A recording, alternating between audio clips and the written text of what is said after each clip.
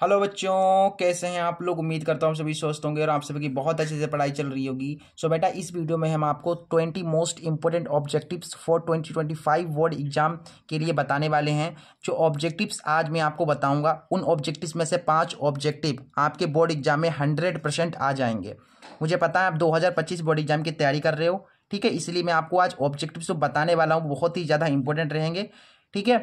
क्योंकि ये जो सेट आपका 2024 का सेट फॉर HY है, इसके जो ऑब्जेक्टिव हैं 20, ये 20 के 20 ऑब्जेक्टिव बहुत ही ज़्यादा महत्वपूर्ण हैं। इन्हें जरूर से आपको करके जाना है। लास्ट के जो ऑब्जेक्टिव है वो तो बहुत ही ज़्यादा इंपॉर्टेंट है। तो वीडियो को कर दो लाइक, क्योंकि बाद में आप भूल जाते हो। अपने फ्रेंड्स के पास इस वीडियो को शेयर जरूर कर दीजिएगा। और बाकी के पीछे के जो सेट हैं वो मैंने सभी करा रखे हैं, इसी चैनल पर आपको देखने को मिल जाएंगे। प्लेलिस्ट है 2024 सेट्स की, उसे देख लीजिए, कंप्लीटली आपको सोल्यूशन मिल जाएगा हिंदी में। देखिए यहाँ पर जो हमारा पहला ऑब्जेक्टिव है वो क्या कह रहा है। हमारा जो फर्स्ट ऑब्जेक्टिव है वो कह रहा है कि बहुपद 3x² + 5x + 2 के शून्यकों का योगफल क्या होगा। ऑप्शन दिए गए हैं, हमसे शून्यकों का योगफल पूछा गया है। देखिए ये ऑब्जेक्टिव है हमारा। सबसे पहले तो हमारे पास एक द्विघात बहुपद है और हमें क्या निकालना है, हमें निकालना है शून्यकों का योग। देखिए यहाँ पर हमें क्या निकालना है, शून्यकों का योग। शून्यकों का योग निकालना है। तो शून्यकों का योग निकालने का जो सूत्र होता है वो क्या होता है, ये होता है -b/a। यही सूत्र होता है ना शून्यकों का योग निकालने का। तो शून्यकों का योग हो गया -b/a। ये a b c कहाँ से मिलेंगे, देखो यहाँ से ये पहला a होता है और ये हो जाएगा v और ये हो जाएगा c, ठीक। तो यहाँ से देखिए शून्यकों का योग आ जाएगा हमारे पास, शून्यकों का योग बराबर माइनस है तो -b, b कितना है 5 है, ठीक, बटा a कितना है तुम्हारा 3 है। तो ये तुम्हारा हो गया आंसर -5/3। तो -5/3 किस ऑप्शन में बताइए फटाफट। ये ऑप्शन जो बी है वो बिल्कुल करेक्ट है। इसके बाद इसका सेकंड ऑब्जेक्टिव कह रहा है कि समीकरणों 2x + ay = 1 तथा 3x - 5y = 7 का कोई हल नहीं है यदि a का मान होगा। मतलब कोई हल नहीं है और 2 समीकरणें दी गई हैं, हमें a का मान निकालना है। 2 समीकरणें तुम्हारी ये हैं, देखिए यहां पर क्वेश्चन नंबर दूसरा है। इसमें हमारे पास 2 समीकरणें दी गई हैं। जो पहली समीकरण है हमारे पास वो है 2x + ay = 1। ये आपकी पहली समीकरण है, इसे मैं मान लेता हूं पहली समीकरण। और दूसरी समीकरण हमें दी गई है 3x - 5y = 7। ये सेकंड समीकरण है। यहाँ पर आपको ये a दिख रहा है, यहाँ पर कोई नंबर आएगा, ये हमें a जो है ज्ञात करना है, हमें a निकालना है। a निकालना है, कैसे निकलेगा देखिए। सबसे पहले इसमें एक कंडीशन दी गई है कि कोई हल नहीं है। ये जो समीकरण है तुम्हारी, ये आपकी 2 रेखिक समीकरण है, इनका कोई हल नहीं है। क्या है, कोई हल नहीं है, कोई हल नहीं है। इसकी कंडीशन क्या होती है बताइए फटाफट। जब कोई हल नहीं होता है तो कंडीशन इसकी होती है a1/a2 = v1/v2 नॉट = c1/c2। ये कंडीशन होती है कोई हल नहीं होने की। आपको याद होगा, ठीक है, मैंने जब पढ़ाया था तो मैंने आपको बताया था। ये यहाँ से a1 b1 c1 a2 b2 c2 ये कहाँ से मिलेंगे, यहाँ से मिलेंगे। देखो ये a1 b1 और ये हो जाएगा c1। दूसरी वाली समीकरण में a2 v2 और ये हो जाएगा c2, ठीक है। मानो का यहाँ पर भरिए। देखिए a1 तुम्हारा 2 है, a2 तुम्हारा 3 है, फिर बराबर है b1 तुम्हारा a है और b2 तुम्हारा 5 है, माइनस का 5 है ना। फिर नॉट = फिर c1 तुम्हारा 1 है और यहाँ पर 7 है। देखिए यहाँ पर बराबर कौन है, बराबर ये है ना। तो हम इनको बराबर ले लेंगे, ठीक है। इसलिए हम यहाँ पर जो है इनको बराबर ले रहे हैं। 2/3 बराबर a/-5। a की 3 से गुणा हो जाएगी, ये हो जाएगा 3a। 5 की इधर गुणा हो जाएगी तो हो जाएगा 5 दूना 10, ठीक है। अब यहाँ पर हमें a का मान मिल गया है -10/3, क्योंकि ये गुणा में 3 था तो ये बटे में आ गया और ये हो गया तुम्हारा आंसर। a का मान कितना होगा बताइए फटाफट, -10/3 होगा, ठीक है, -10/3। इसका जो ऑप्शन सी है वो बिल्कुल करेक्ट है। इसके बाद इसका तीसरा ऑब्जेक्टिव कह रहा है समीकरण 2x² + 5x + 4 = 0 के मूलों की प्रकृति कैसी होगी। मतलब मूलों की हमको प्रकृति बतानी है, ठीक है। अच्छा, यहाँ पर हमें क्या समीकरण दी गई है, सबसे पहले उसे उतारिए। क्वेश्चन नंबर तीसरा है, हमें समीकरण दे रखी है यहाँ पर 2x² plus 5x plus 4 is equal to 0। ये समीकरण हमारे पास है। ठीक है, हमें मूलों की बतानी है प्रकृति, मूलों की प्रकृति बतानी है। मूलों की प्रकृति निकालने का मतलब क्या होता है, हमें विविक्त कर बताना है।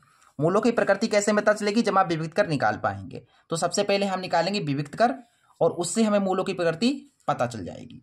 ठीक है, तो विविक्त कर यानी कि d बराबर होता है b² माइनस 4ac।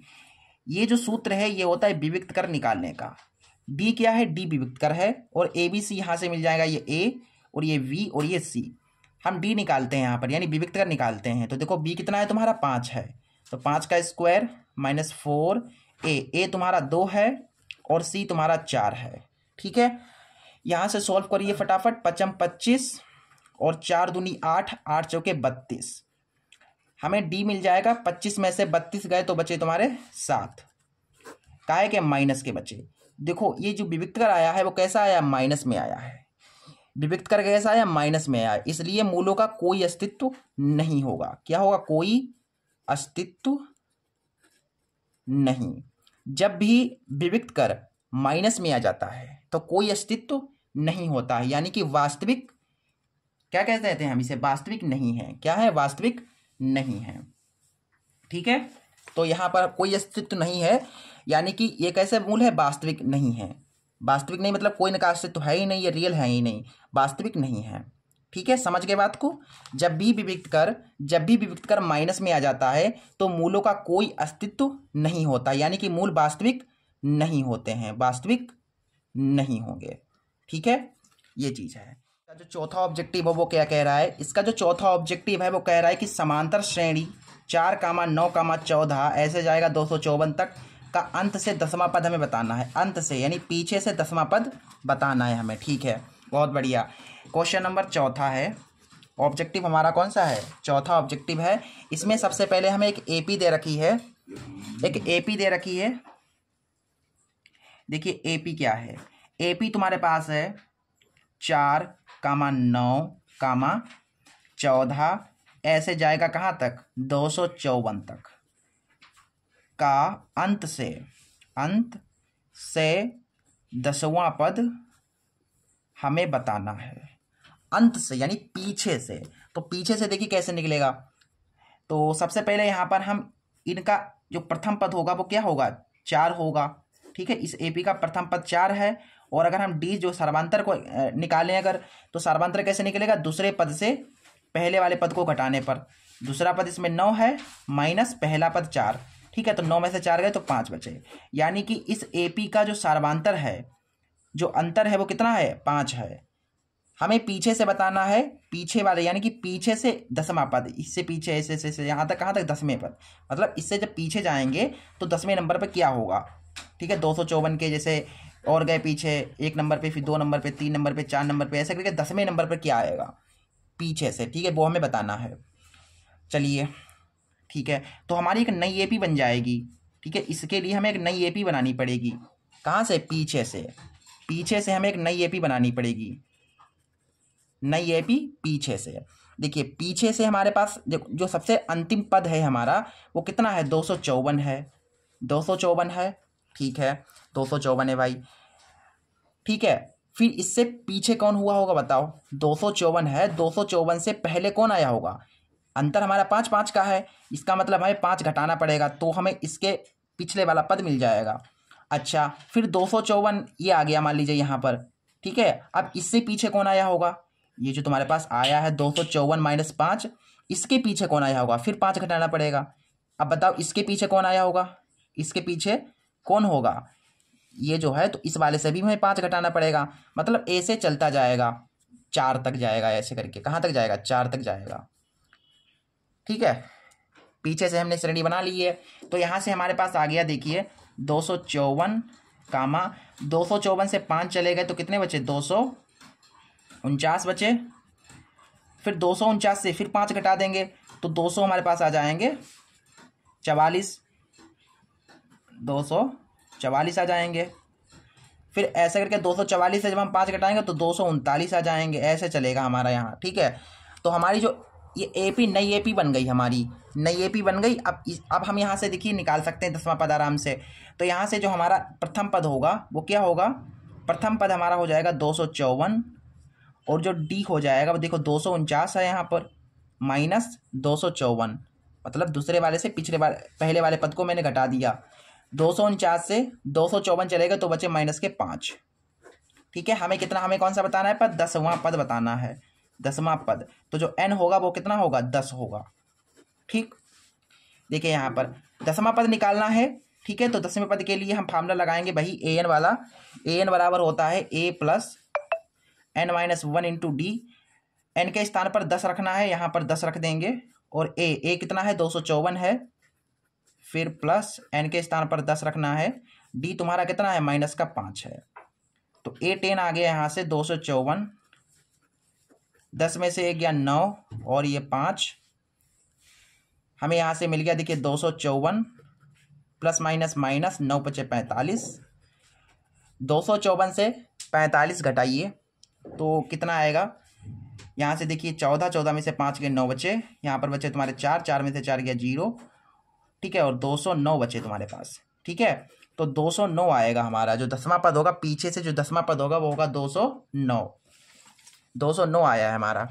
तो इसका जो ऑप्शन सी है वो बिल्कुल करेक्ट है। इसमें करना बेटा देखो, इस क्वेश्चन में कुछ भी नहीं था, हमें केवल इनका अंतर पता करना था। तो मैंने अंतर पता कर लिया, अंतर इनमें 5 का था। फिर मैंने यहाँ से जो अंतिम पद है उसमें से 5 घटा दिए ऐसे करके। पहले मैंने 254 प्रथम पद, ठीक है, इससे पिछले वाला पद कैसे मिलेगा, 5 घटाने पर, इससे पीछे वाला पद फिर 5 घटा दिए, फिर इससे पीछे वाला पद फिर 5 घटा दिए, ऐसे करके फिर ये नई श्रेणी बन गई। इसका ए पता कर लिया, इसका डी पता कर लिया, और हमें 10वां पद निकालना यानी n 10 है। फिर ये सूत्र लगा दिया, काम हो गया। चौथा भी क्वेश्चन आराम से बन गया, और ये क्वेश्चन इंपॉर्टेंट है, 2025 में आ सकता है। इसके बाद क्वेश्चन नंबर जो 5वां ऑब्जेक्टिव है वो कह रहा है कि चित्र में समरूप त्रिभुजों का एक युग्म है। ये हमारे पास 2 त्रिभुज हैं, ये समरूप हैं। ठीक है, इन्हें सांकेतिक रूप से व्यक्त करने का सही रूप क्या होगा, मतलब हम इन्हें किस तरीके से इन्हें जो है दिखा सकते हैं कि ये समरूप हैं, इनका सही क्रम क्या होगा। देखिए सबसे पहले हमारे पास त्रिभुज हैं 2। एक त्रिभुज तुम्हारा ऐसे करके है, यहाँ पर बन रहा है 80 डिग्री, ये A है और ये C है और ये V है। यहाँ पर 2.5 सेंटीमीटर है और यहाँ पर 3 सेंटीमीटर। और एक त्रिभुज और है, ठीक है, एक त्रिभुज और है जो इसके समरूप है। देखिए यहाँ पर 5 सेंटीमीटर, यहाँ पर 6 सेंटीमीटर है, और यहाँ पर जो कोण बन रहा है वो बन रहा है 80 डिग्री। यहाँ D है, यहाँ F है और यहाँ E है। ठीक है, तो इन्हें हम समरूप लिखने के लिए कैसे लिखेंगे, इसे लिखेंगे इस तरीके से, ऑप्शन दिए गए हैं। चलिए मैं आपको बता देता हूं कि इन्हें समरूप हम किस तरीके से दिखा सकते हैं। तो यहाँ पर देखिए सबसे पहले एंगल को, इसका एंगल V और इसका एंगल D समान है, यानी कि इसका V और इसका D समान है। ठीक है, तो D और B हमने लिख दिया, इसका V और D समरूप है। ठीक है, एंगल जो है समान है। फिर हम कैसे लिखेंगे, देखो एंगल, इस त्रिभुज का जो एंगल है वो 80 डिग्री है और इस त्रिभुज का भी एंगल 80 डिग्री है, लेकिन अंतर क्या है, अंतर ये है कि यहाँ पर V है और यहाँ पर D है, बस ये अंतर है। तो इस वाले त्रिभुज को कैसे लिखेंगे, एंगल जो था मैंने लिख दिया, ठीक है, फिर ये A और C साइड में लिख देंगे। याद रखिएगा बात को, समझिए बात को, जो एंगल होता है उसे हम बीच में रखते हैं और जो बाकी भुजाएं होती हैं उन्हें हम किनारे लिख देते हैं। इसे आप सी को ये इधर भी लिख सकते थे, लेकिन V हमेशा हम बीच में ही रखेंगे, मतलब एंगल को बीच में रखेंगे। इसी प्रकार से यहाँ पर देखिए जो एंगल है इसको मैंने लिख दिया, फिर ये E और F आप यहाँ पर लिख दो, E और F ऐसे करके, और यहाँ पर त्रिभुज बना दो। तो ये होगा सही रूप लिखने का। ठीक है, ये सही क्रम होगा लिखने का। तो इस तरीके से हम इसे लिखेंगे। B और D बीच में होने चाहिए। बताइए इसमें B और D कहाँ बीच में है, देखिए यहाँ पर ऑप्शन सी सही होगा। देखिए यहाँ पर V और D बीच में है। यहाँ देखो इसका बीच का एंगल V और इसके बीच का एंगल D। इससे हम पता कर सकते हैं कि इसका जो D है, इसका जो V है वो इसके D के बराबर है, यानी कोण V बराबर कोण D है। मतलब ऐसे रूप में आपको लिखना होता है कि हम रूप को देखकर ही पता कर लें कि चित्र का कौन सा एंगल बराबर है। अब यहाँ पर आप देखकर बता सकते हो कि इसका जो वी एंगल है वो इसके डी एंगल के बराबर है, क्योंकि ये सही क्रम है। इसलिए आशा करता हूँ आपको समझ में आ गया होगा। इसके बाद इसका नेक्स्ट क्वेश्चन देखिए, जो कि हर बार बोर्ड एग्जाम में ऑब्जेक्टिव पूछा जाता है। ये ऑब्जेक्टिव देखिए बहुत ही ज़्यादा इंपॉर्टेंट है। कह रहा है कि बिंदु -3, -4 की मूल बिंदु से दूरी क्या होगी। मूल बिंदु से दूरी अक्सर पूछी जाती है। देखिए यहाँ पर छठे ऑब्जेक्टिव में हमारे पास एक बिंदु है जो कि हमें दिया गया है -3, -4। इस बिंदु की हमें मूल बिंदु से, यहाँ पर एक मूल बिंदु होगा, इससे दूरी बतानी है। इसकी ये मूल बिंदु है, इससे दूरी बतानी है। मतलब यहाँ से लेकर के यहाँ तक की दूरी कितनी होगी। और याद रखिएगा कि जो मूल बिंदु होता है वो होता है 0, 0। ठीक है, हमेशा याद रखिएगा कि जो मूल बिंदु होता है वो होता है 0, 0, यानी इसका एक्स निर्देशांक भी 0 होता है और वाई निर्देशांक भी 0 होता है। किसका? मूल बिंदु का। तो अब यहाँ से लेकर के यहाँ तक की दूरी आराम से निकाल सकते हो। देखो दूरी आ जाएगी हमारे पास। दूरी निकालने का, बीच की दूरी निकालने का सूत्र क्या होता है? बीच की दूरी निकालने का सूत्र होता है अंडर रूट के अंदर x2 - x1 का whole square plus y2 - y1 का होल स्क्वायर। तो दूरी हमें देखिए यहाँ से मिलेगी, ये हो जाएगा x1, ये हो जाएगा y1, ये हो जाएगा x2 और ये हो जाएगा y2। x2 0 है, -x1 -3 और ये माइनस हो जाएगा प्लस।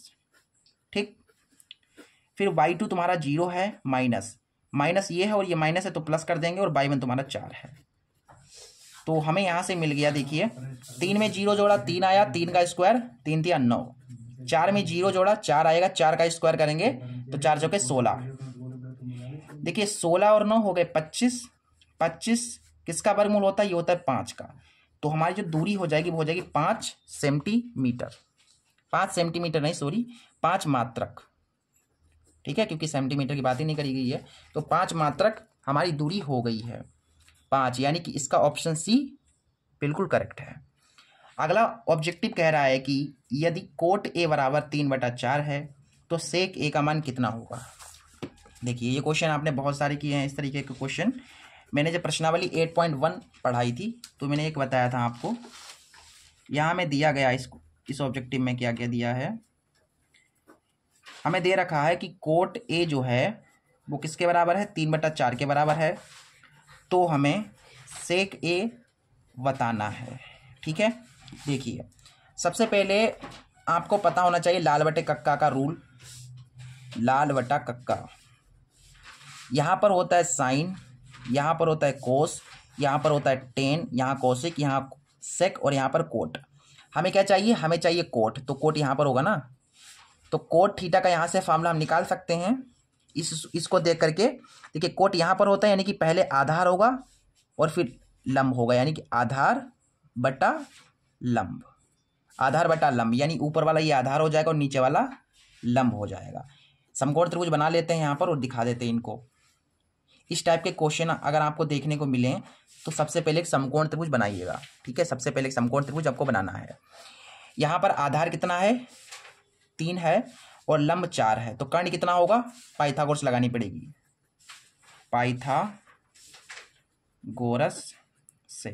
पाइथागोरस फिर में कहती है कि कर्ण स्क्वायर, कर्ण तुम्हारा ये है, इसे ए मान सकते हो, इसे बी मान सकते हो, इसे सी मान सकते हो, यानी कि हमारा जो कर्ण है वो कितना है? ए सी है। और लंब कितना है? लंब तुम्हारा 4 है प्लस आधार स्क्वायर यानी 3 का स्क्वायर। आपको पाइथागोरस प्रमेय तो पता ही होगी कि कर्ण स्क्वायर बराबर लंब स्क्वायर प्लस आधार स्क्वायर। तो कर्ण स्क्वायर और लंब तुम्हारा 4 था तो 4 का स्क्वायर प्लस आधार स्क्वायर, आधार 3 था। देखो 4 का स्क्वायर 4 चौके 16 और 3 का स्क्वायर 3 दिया 9। तो कर्ण हमें मिल जाएगा 16 और 9 25।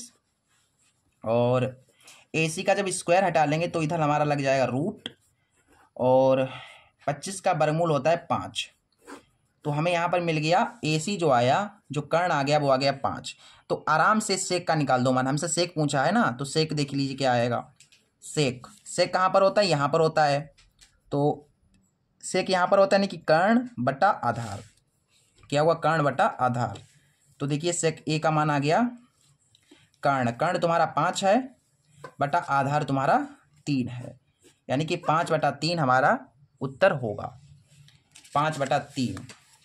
ठीक है, 5/3, यानी इसका जो ऑप्शन डी है वो बिल्कुल करेक्ट है।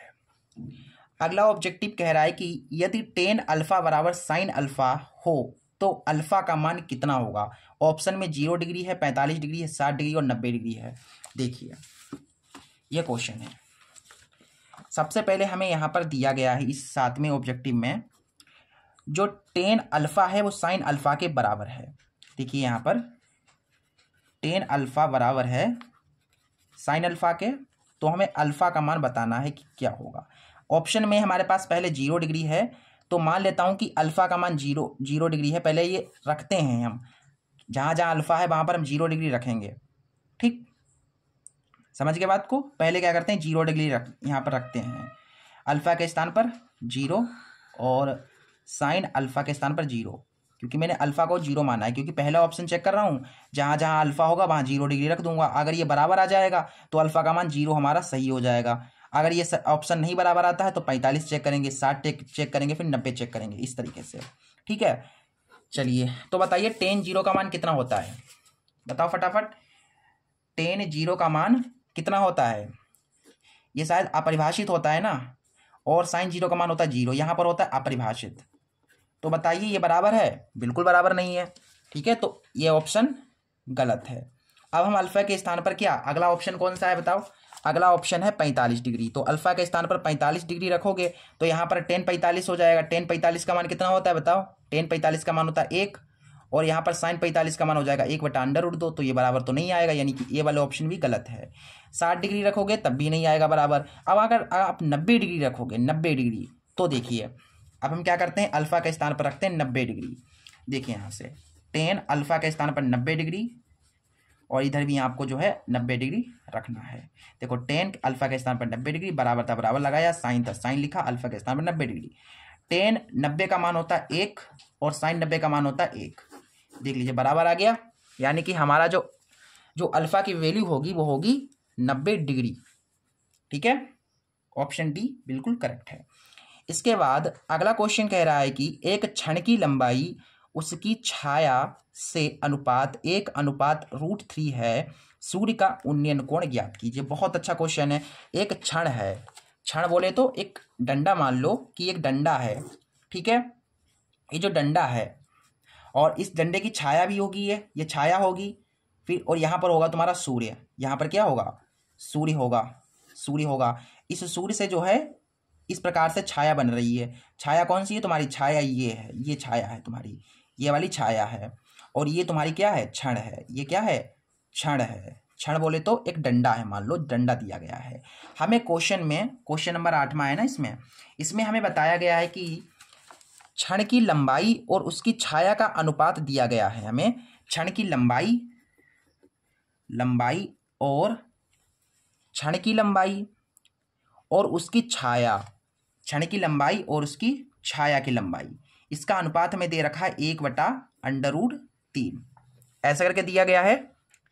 तो यहां से आप देख लीजिए, जो लंबाई है क्षण की, जो क्षण की लंबाई है वो है 1, और जो छाया की लंबाई है वो है √3। ठीक है, हमें यहाँ का जो एंगल बन रहा है वो हमें बताना है। ठीक है, तो यहाँ पर देखिए हमें लंब पता है, आधार पता है। तो लंब और आधार किस में आता है, टेन में आता है। तो यहाँ से टेन थीटा लगा देंगे फॉर्मूला, और हमारा आंसर आ जाएगा। टेन थीटा बराबर होता है लंब बटा आधार। टेन थीटा निकालना है, लंब 1 है और आधार √3 है। टेन थीटा है यहाँ पर, देखिए टेन थीटा। अब बताइए टेन में 1/√3 किसका मान होता है, ये होता है टेन 30 डिग्री का मान। ये जो है ये टेन 30 का मान होता है, टेन से टेन कट जाएगा, तो हमें थीटा जो मिल गया है वो मिल गया है 30 डिग्री। कितना मिल गया है, 30 डिग्री मिल गया है, और यही हमारा ऑप्शन सही हो जाएगा, यानी इसका ऑप्शन ए बिल्कुल करेक्ट है। अगला क्वेश्चन कह रहा है कि एक वृत्त के व्यास के सिरों पर खींची गई समांतर स्पर्श रेखाओं की संख्या कितनी हो सकती है। मतलब एक वृत्त है, ठीक है, ये वृत्त है, और वृत्त देखिए वृत्त का क्या है, ये मान लीजिए व्यास है, ये व्यास है वृत्त का। तो आप जो है ये वृत्त का व्यास है और इसके सिरे ये हो जाएगा एक सिरा और एक सिरा हो जाएगा ए, एक सिरा ये है और एक सिरा ये है। तो आप कितनी समांतर रेखाएं खींच सकते हो, कहाँ पर देखिए व्यास के सिरों पर। तो व्यास का सिरा एक ये है, तो एक समांतर रेखा मैंने ऐसे खींच दी, और एक समांतर रेखा मैंने ऐसे खींच दी, तो बताइए कितनी रेखाएं मैंने खींच पाई, 1 और 2, यानी केवल हम 2 रेखाएं खींच सकते हैं। व्यास के सिरों पर हम केवल 2 समांतर रेखाएं खींच सकते हैं, 2 समांतर रेखाएं, ठीक है। यानी कि 2 हमारा उत्तर हो जाएगा, ऑप्शन सी बिल्कुल करेक्ट है। अगला क्वेश्चन 11वां कह रहा है कि 12 सेंटीमीटर त्रिज्या वाले एक वृत्त के 60 डिग्री के कोण पर बनाने वाले त्रिज्यखंड का क्षेत्रफल क्या होगा। 12 सेंटीमीटर त्रिज्या दी गई है, क्वेश्चन नंबर 11 है। हमें त्रिज्या दे रखी है 12 सेंटीमीटर और हमें कोण दे रखा है 60 डिग्री। हमसे पूछा है त्रिज्यखंड का क्षेत्रफल, त्रिज्यखंड का क्षेत्रफल। तो त्रिज्यखंड का क्षेत्रफल निकालने का जो सूत्र होता है वो आप सभी को पता है, होता है थीटा बटा 360 डिग्री गुणा पाई आर स्क्वायर। मानों को रख दीजिए, क्षेत्रफल मिल जाएगा। थीटा तुम्हारा 60 है बटा में 360, पाई का वैल्यू हो जाएगा, पाई का वैल्यू मत रखिए, ठीक है। आर तुम्हारा 12 है, स्क्वायर है यानी 2 बार हमें लिखना पड़ेगा। देखिए 6 कम 6 और 6 छंगा 36, 6 दूना 12, 12 दूना 24 पाई। हमारा आंसर आ गया 24 पाई सेंटीमीटर स्क्वायर, 24 पाई सेंटीमीटर स्क्वायर। यानी कि इसका जो ऑप्शन सी है वो बिल्कुल करेक्ट है। मैंने पाई का वैल्यू क्यों नहीं रखा, इसलिए नहीं रखा क्योंकि हमारा ऑप्शन जो है पाई में दिया गया, यानी कि पाई का मान नहीं रखा इन्होंने, तो हम क्यों रखे, फिर हमें ऑप्शन तो मिलाना ही है, ठीक है। आगे देखिए 12वां ऑब्जेक्टिव कह रहा है कि यदि एक गोले का व्यास डी है तो इसका आयतन कितना होगा। आप सभी को पता है आयतन हो जाएगा ये 4/3 पाई, आर के स्थान पर केवल डी कर दो, बस हो गया। 13वां ऑब्जेक्टिव है, कह रहा है कि आर त्रिज्या के एक ठोस अर्धगोले का कुल पृष्ठीय क्षेत्रफल, अर्धगोले का कुल पृष्ठीय क्षेत्रफल कितना होता है, ये होता है 3 pi r square. 3 pi r square होता है नहीं होता है, किसका, अर्धगोले का कुल पृष्ठीय क्षेत्रफल होता है 3 पाई आर स्क्वायर, बस हो गया। चौथा ऑब्जेक्टिव कह रहा है निम्नलिखित बारंबारता सारणी का माध्यिका वर्ग कितना होगा, ठीक है। माध्यिका वर्ग बताना है हमें, तो बारंबारता ये एफ हो जाएगा। बारंबारता यानी अंतराल के सामने वाला जो होता है एफ होता है, और एफ में सबसे बड़ा कौन है, एफ में सबसे बड़ा 8 है। 8 के ऊपर वाला हमारा हो जाएगा माध्यिका वर्ग। 8 के ऊपर कौन है बताओ, 15 से 20, यानी 15 से 20 यानी ऑप्शन डी सही होगा। ऐसे यहाँ पर बहुलक वर्ग पूछता, बहुलक वर्ग के लिए भी हम सबसे बड़ा देखते और ऊपर इसके कौन है 15 से 20, यानी यही हमारा बहुलक वर्ग हो जाता। माध्यक वर्ग, बहुलक वर्ग ऐसे ही निकालते हैं। अगला क्वेश्चन है, कह रहा है कि किसी बारंबारता सारणी का माध्य और माध्यिका क्रमशः 27 और 29 है तो इसका बहुलक कितना होगा। माध्य हमें 27 दिया है और माध्यिका हमें 29 दी है, बहुलक निकालना है। देखिए ये क्वेश्चन है हमारा। इस टाइप के क्वेश्चन कई बार बोर्ड एग्जाम में पूछे जाते हैं, ठीक है। क्वेश्चन नंबर 15, हमें यहाँ पर माध्य दिया गया है, माध्य हमारे पास 27 है और माध्यिका यानी कि माध्यक हमें दिया गया है 29, तो हमें बहुलक बताना है। क्या बताना है बताओ बेटा, बहुलक हमें बताना है। और ये क्वेश्चन करना आपके बाएं हाथ का खेल है। आपको पता ही है कि माध्य, माध्यक और बहुलक है, उनमें से 2 चीज़ें हमें दी गई हैं, तीसरी पूछी गई है, तो कौन सा सूत्र लगेगा बताओ फटाफट। ये लगेगा हमारा बहुलक बराबर 3 माध्यक माइनस 2 माध्य, यही सूत्र लगेगा ना। तो बस यहाँ पर मानों को रखिए, बहुलक तो हमें निकालना है और बराबर है फिर 3 माध्यक कितना है बेटा 29 है और 2 माध्य 27 है। तो 3 नेमा 27, 3 दूना 6, 7 8 और 27 दूना 54, कटाएंगे तो 7 में से 4 गया 3, 8 में से 5 गया 3, यानी 33 हमारा जो है बहुलक हो जाएगा। कितना हो जाएगा बहुलक हमारा आ गया 33, यानी ऑप्शन सी बिल्कुल करेक्ट है। अगला क्वेश्चन है, कह रहा है कि सारणी का माध्य में निकालना है। ये सारणी दी गई है, हमें माध्य निकालना है। देखिए 1 नंबर का प्रश्न है ये, और बोर्ड एग्जाम में आपको ये 2 नंबर में देखने को मिलेगा।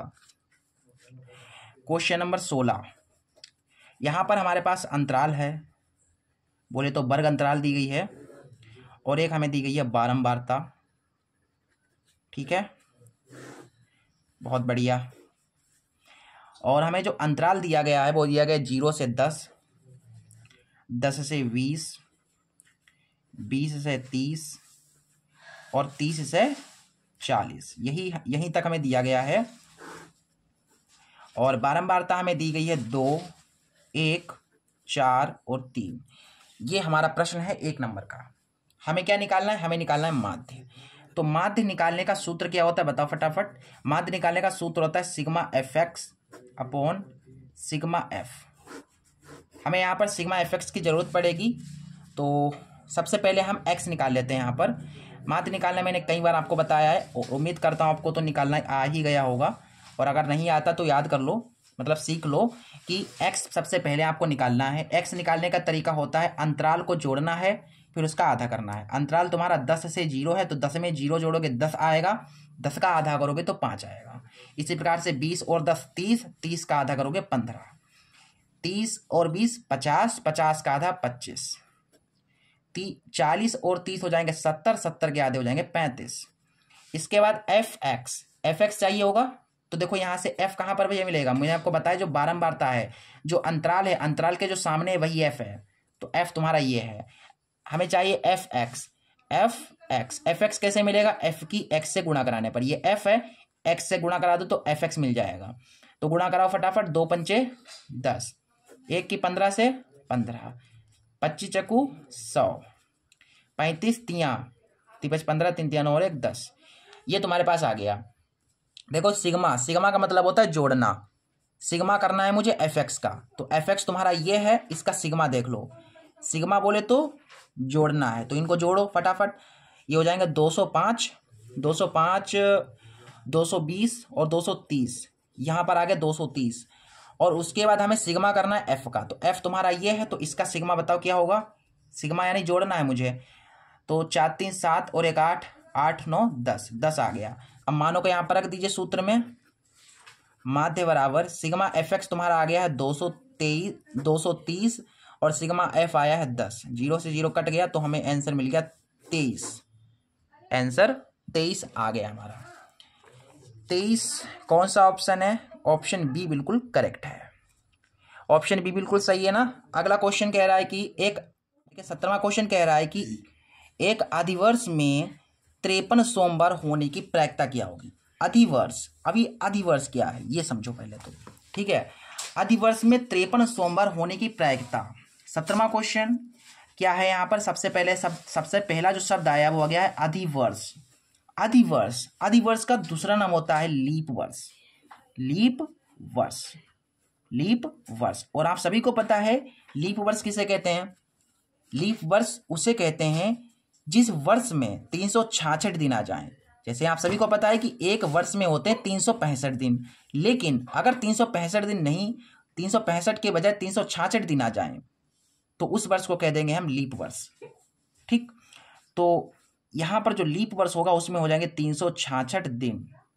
366 दिन, यानी कि इसको हम ऐसे लिख सकते हैं कि 365 प्लस 1। 365 मतलब एक वर्ष ये हो गया। एक वर्ष में आपको पता है 52 सप्ताह होते हैं। 52 सप्ताह होते हैं ना, 52 सप्ताह यानी 52 सोमवार। और प्लस 1 सोमवार ये है तुम्हारा, क्योंकि आपको पता होना चाहिए कि जो 365वां दिन होगा वो होगा रविवार, और रविवार के बाद आता है सोमवार, तो एक तुम्हारा दिन हो जाएगा ये सोमवार। यानी कि 52 ये और 1 ये, तो कितने हो गए तुम्हारे? 53 सोमवार। तो एक लीप वर्ष में कितने सोमवार होंगे बताओ फटाफट? 53 सोमवार होंगे। कितने सोमवार होंगे? 53 सोमवार होंगे। वैसे तो हमको दिया भी गया है, मैंने आपको समझा दिया 53 सोमवार कैसे होंगे। ठीक है, तो आ जाओ यहाँ पर, हमें निकालना है 53 सोमवार होने की प्रायिकता। देखिए, सबसे पहले हमारा जो सूत्र होता है प्रायिकता का, वो क्या होता है? संभव परिणाम बट्टा में कुल परिणाम। तो बेटा बताओ संभव परिणाम क्या होते हैं? जो आपसे क्वेश्चन पूछा गया होता है। आपसे क्वेश्चन पूछा 53 सोमवार। अच्छा भाई, 53 सोमवार यानी कि समझो बात को, 53 सोमवार। ठीक है, तो भाई यहां पर तो एक सोमवार तुम्हारा चल ही रहा है, प्लस एक सोमवार ये एक्स्ट्रा आ गया, तो कितने सोमवार हो गए? 2 सोमवार हो गए। कितने हो गए? 2 सोमवार हो गए। ठीक है, और कुल परिणाम, एक देखो सोमवार है यानी एक सप्ताह में होता है ना, तो सप्ताह में कितने दिन होते हैं? 7 दिन, यानी कुल परिणाम हो गए तुम्हारे 7। ये हो गया तुम्हारा आंसर। ठीक है, समझ में आ गया? नहीं समझ में आ गया बताओ? अगर ये क्वेश्चन आपको समझ में ना आया हो, ठीक है, तो आप मुझे कमेंट में बता दीजिएगा, मैं आपको समझा दूंगा। एक बार मैं फिर से आपको बताना चाहता हूँ कि 53 सोमवार होने की प्रायिकता हमें बतानी है। कुल परिणाम क्या होंगे? कुल परिणाम यानी सोमवार, तो सोमवार कैसे में होता है? सप्ताह में होता है ना, तो तुम्हारे कुल परिणाम हो जाएंगे 7, ठीक है।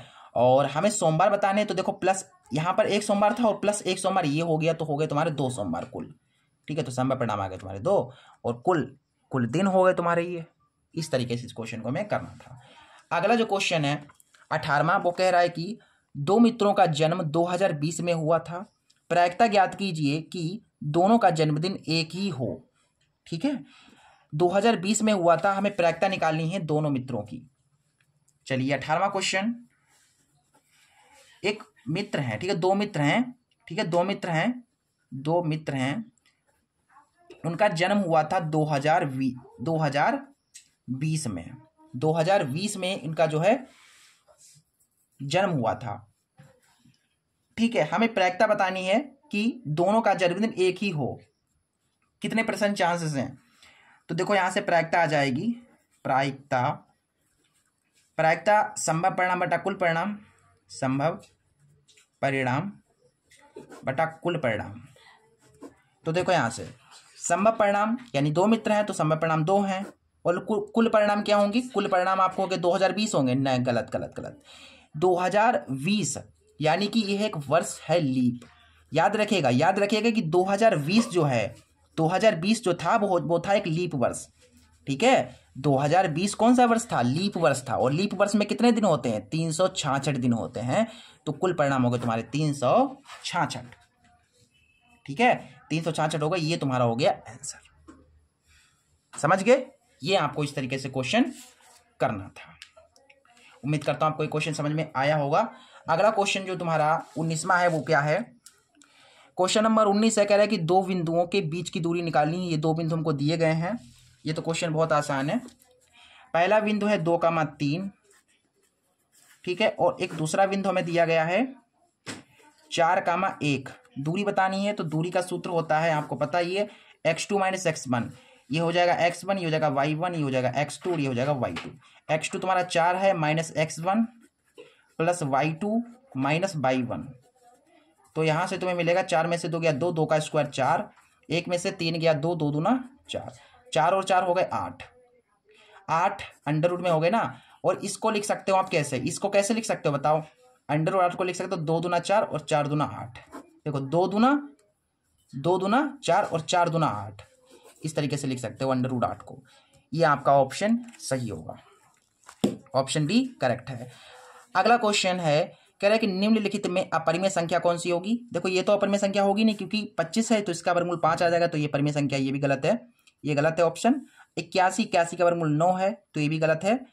और 5/3 ये तो परिमेय संख्या, ये भी ऑप्शन गलत है, यानी ये वाला ऑप्शन सही होगा, क्योंकि यहाँ पर ये अंडर रूट 2 आ गया, क्योंकि एक अपरिमेय संख्या इसमें शामिल है। 5 है, 5 तो एक परिमेय संख्या, लेकिन इसमें एक अपरिमेय संख्या शामिल है, इसलिए पूरी की पूरी अपरिमेय संख्या कहलाएगी। ऑप्शन डी बिल्कुल करेक्ट है, ठीक है। इस तरीके से मैंने आपको 20 ऑब्जेक्टिव्स बता दिए हैं। अगली वीडियो में हम इसके जो 2, 4, 6 नंबर वाले क्वेश्चंस हैं, ठीक है, इन्हें हम सॉल्व करेंगे, ठीक है। उम्मीद करता हूं आपको ये वीडियो अच्छा लगा होगा, ये क्लास बहुत अच्छी लगी होगी, आप सभी को सारे क्वेश्चन समझ में आए होंगे। अगर आप सभी का अभी भी आप लोगों के मन में अगर अभी भी कोई डाउट है, ठीक है, तो कमेंट में ज़रूर बताइएगा और व्हाट्सएप ग्रुप को ज्वाइन कर लीजिए, जिससे आप हमसे जुड़ सकें।